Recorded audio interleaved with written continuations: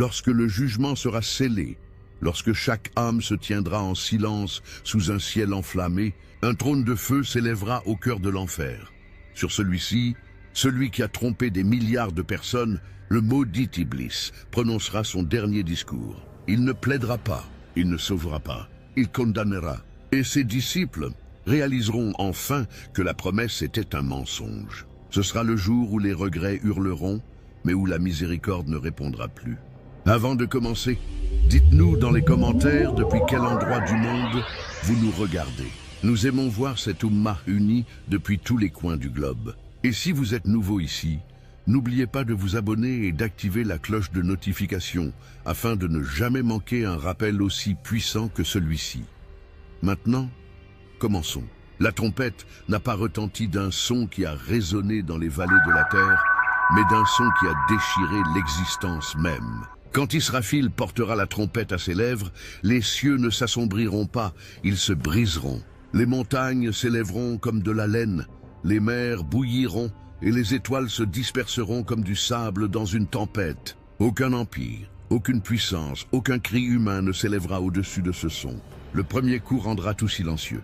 Chaque cœur qui bat s'arrêtera, chaque voix se taira. Le monde qui rugissait autrefois avec ses villes et ses océans sera immobile, dans un silence si complet qu'il écrasera l'âme. Puis viendra le deuxième coup, et le silence se brisera.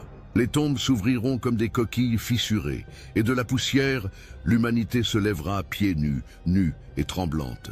Des rois anciens aux mendiants oubliés, chaque âme se tiendra sous le même ciel. Le soleil se rapprochera, brûlant d'une proximité terrifiante, et la sueur des nations coulera comme des rivières. Certains s'y noieront, d'autres y seront plongés jusqu'aux genoux, d'autres encore n'en seront pas affectés selon leurs actes. Et pourtant, personne ne parlera, personne ne bougera. C'est le jour où le temps s'étire comme une éternité, 50 000 ans dans le poids d'un seul.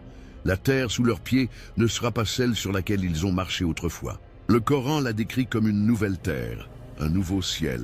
Le sol familier de ce monde sera effacé, remplacé par une plaine aussi lisse que du verre poli, sans fin et sans horizon.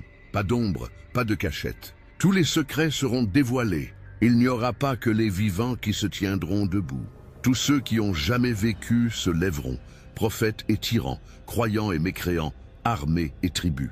La création d'Allah se rassemblera en un seul corps, attendant que le jugement commence. Et dans cette attente insupportable, la peur se répand comme un feu dans le cœur des hommes. Même les prophètes diront « moi, moi », jusqu'à ce qu'ils atteignent celui qui a été envoyé comme une miséricorde pour l'humanité. Les nations se précipiteront vers Muhammad sallallahu alayhi wa sallam pour solliciter son intercession. Et il dira « je suis d'accord ».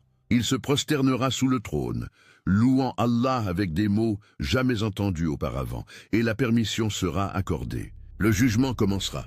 Mais avant que la balance ne soit placée, avant que les parchemins ne soient déroulés, avant que les comptes ne soient réglés, quelque chose approche. Le Coran dit « et l'enfer sera amené ce jour-là ».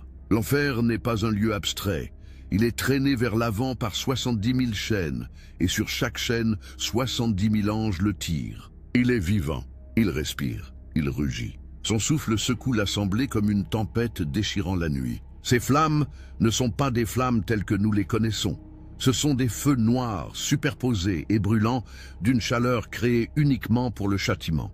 Quand il arrive, tous les prophètes tomberont à genoux, même les anges trembleront. Les mères abandonneront leurs enfants, et ceux qui se sont moqués de ce jour comprendront enfin.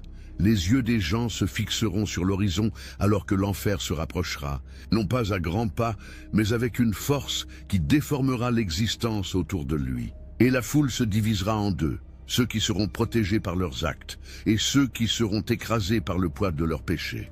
Ce n'est plus un avertissement, c'est la réalité, elle est là. C'est le moment où le rire du monde s'éteint à jamais, alors que l'enfer se dresse devant l'assemblée, ses portes encore fermées, son odeur seule fera éclater les cœurs. Son rugissement fera s'effondrer les plus forts. En ce jour, aucun roi ne pourra commander, aucun soldat ne pourra se battre, aucun enfant ne pourra crier pour demander protection. Les anges s'aligneront en rang, dans une formation sans début ni fin. Le trône d'Allah sera approché. et le temps de la